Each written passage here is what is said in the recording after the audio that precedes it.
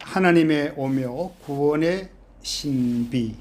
로마서는 9장부터 9, 10, 11 여기에 어떤 면에서는 8장에서 12장으로 이렇게 연결해도 굉장히 자연스러운 건데 뭔가 이 부분이 끼어 있는 듯한 느낌이에요. 그러니까 뭔가 화제를 약간 이렇게 바꾸었단 말이에요. 어떤 얘기인가 하면은 이방인의 구원에 관해서 그렇게 사도 바울의 어떤 자기의 소명은 이방인을 위해서 복음을 전하는 그런 자로 부름을 받았는데 9장부터 11장까지는 뭐예요? 유대인을 향한 하나님의 구원의 신비, 그 얘기를 이야기하고 싶은 거예요. 8장 지난번에 이야기할 때 그 개인의 구원의 서정 이야기했잖아요. 그죠? 하나님이 우리 한 사람 한 사람들을 어떻게 미리 정하고 부르고 의롭게 하고 영원롭게 하느냐는 얘기들을 쫙 그렇게 보여주고 있어요. 그러면서 그렇게 하는 것이 뭐다?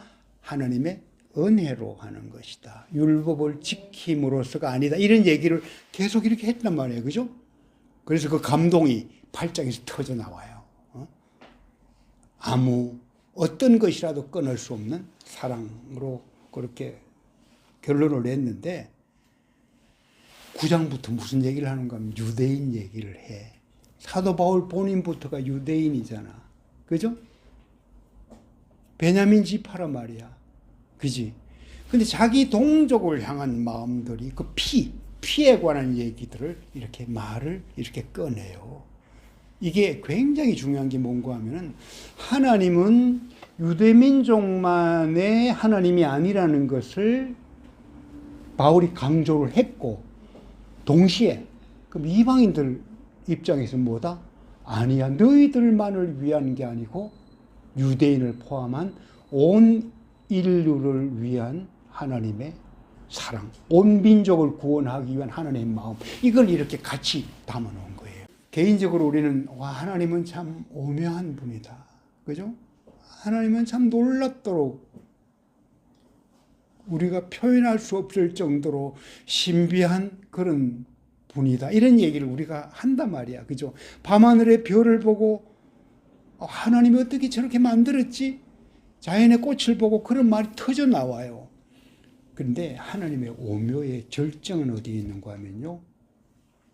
하나님과 개인적인 만남에서 그 하나님의 오묘의 절정을 경험하게 되는 거예요. 하나님의 오묘. 사실은 제가 지난번도 한번 얘기를 했는데 수모로 쓴 연가제에 쓴 책이 있잖아요. 추천사를 이송래 박사님이 써주는데 그 추천사의 제목이 뭔가 하면요. 하나님의 오묘예요. 이분은 욥기에 관해서 굉장히 깊은 그런 어떤 그 연구를 하셨던 분이고 욥기를 굉장히 잘 이해하고 계신 분이에요. 이 박사님하고 제가 가까워질 수 있었던 중요한 얘기는 뭔가 하면 욥기에 대해서 대화를 나눈 적이 있기 때문에 그래요. 이 박사님이 그래서 저를 아주 그렇게 참 이렇게 격려도 해주셨고 이 박사님이 생각하고 있는 욥기에 대해서 저도 잘 이해를 할 수 있었는데요. 추천사를 하나님의 오묘라는 단어로 써주셨어요. 이것은 이제 보면은 욥기 11장 7절에 나타나는데요. 소발이 한 얘기야, 소발. 그런데 욥기를 보면요. 욥의 세 친구라는 표현을 해서 나타나잖아. 엘리바스가 나타나고 그 다음에 빌닷이 나타나고 소발이 나타나. 그죠? 엘리바스는 뭐예요? 본인이 하고자 하는 얘기가 율법주의에 기초한 도덕률. 그걸 굉장히 강조하고 있는 거예요. 그 다음에 빌닷은 뭔가 하면은 전통을 중시해. 우리가 조상 때부터 내려온 하나의 전통, 문화, 이걸 굉장히 중시한 입장에서 욥을 이렇게 설득해 가는 거예요. 야, 너 욥 말이야. 그렇게 고난을 받는 이유가 뭔지를 아느냐? 그걸 설명해라고 하는 거예요. 엘리바스는 도덕적으로 이야기하고 빌닷은 전통, 내려오는 얘기들. 그죠? 조상에게 한번 물어보자라든지. 소발은 뭔가 신비주의자예요. 그 소발이 던진 화두가 이거야. 11장 7절 내가 하나님의 오묘를 어찌 능히 청량하며 전능자를 어찌 능히 온전히 알겠느냐 이런 말이야. 논쟁이 붙었는데요. 그 욥도 막 앉고 막 이야기한다. 엘리바스가 얘기 또 자기 얘기를 막 하면서 반론을 제기해. 빌닷이 했을 때도 반론을 제기해. 이 소발이 이렇게 그때 던진 얘기가 하나님의 오묘를 너가 어찌 알겠느냐. 전능자를 어찌 너가 온전히 알겠느냐. 이 말을 던져요. 말 굉장히 그럴듯하죠. 근데 여기서 우리가 잘 생각할게요. 이걸 단지 하나님의 오묘다 이런 얘기가 기적적인 현상이 일어나고 그렇지 하나님은 대단한 일을 하셔. 이것이 하나님의 오묘의 절정이 아니고요. 하나님의 오묘의 절정은 뭐예요? 하나님을 직접 만나는 거예요. 그걸 인격적인 만남이고요. 하나님과의 관계예요. 소발은 그 단계까지는 못 갔어. 교리적인 거라든지 하나님 뭐랄까 자기가 생각하고 있는 어떤 그 신앙적인 어떤 관점에서의 신비주의적인 그 표현을 했는데 하나님의 오묘에 대해서 내가 알겠느냐? 하나님은 얼마나 신비하신 분인 줄 아느냐? 그죠? 욥은 어떻게 해요? 소발이 말하는데도 하나하나 대응을 해. 그리고 마침내 뭐예요? 전에는 내가 눈으로 보지 못하고 귀로만 들었는데 이제는 눈으로 주를 봅니다. 하나님을 봅니다. 그 고백이 터져나오는 것.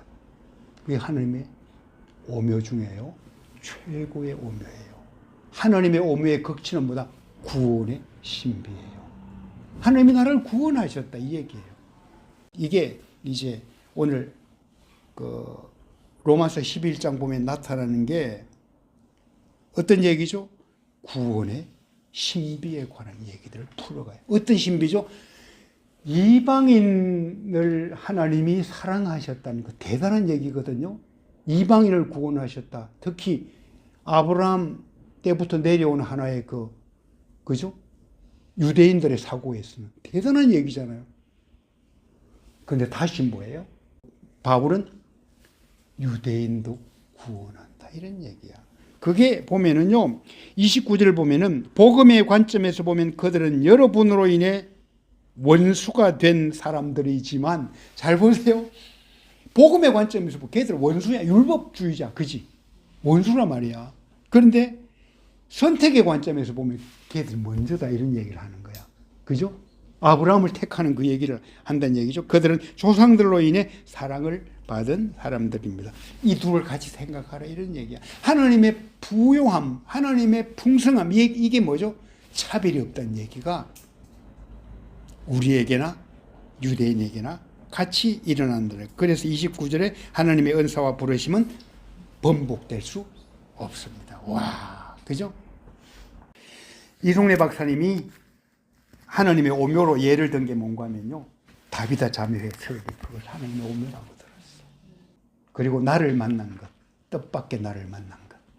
그것도 하나님의 오묘라고 그랬어. 우리 남편을 되게 사랑하셨는데 떠나고 되게 섭섭해 하셔가지고 아쉬워서 그냥 그랬는데 이 장로님을 딱 만나더니 김한영 씨가 살아난 것 같아요. 그랬어요. 김한영 씨가 살아난 것 같아요. 그 얘기를 하셨어요. 그래서 하나님의 오묘는 뭐다? 인격적 만남으로 깊어지는 거예요. 우리 관계도 마찬가지예요. 우리 속에 하나님의 오묘가 작동된다. 하나님의 사랑이 작동된다. 그죠? 그것을 확인할 수가 있거든요. 우리의 관계 속에서 일어나는 거예요. 내가 이런 사랑을 할 수 없는데 내 속에서 솟아나는 이 사랑의 비밀은 뭐지? 그게 다른 말로 하면 그게 하나님이 준 사랑이 부어졌기 때문에 하나님의 오묘예요. 그게. 그죠? 그래서 결국은 하나님과의 인격적 관계로 설명되는 게 하나님의 오묘다. 이 얘기를 원래 생각할 수 있을 것 같아요. 그래서 저 멀고 먼 하늘에 수천 년 전에 날아온 별빛 이상으로요. 바로 내 지금 곁에 있는 그 사람에게서 내가 알지 못하는 어떤 하나님이 주신 것 같은 사랑을 느꼈다? 그게 훨씬 더 하나님의 오묘에 관한 거예요. 그걸 빨리 아셔야 돼요. 근데 하나님은 뭐예요?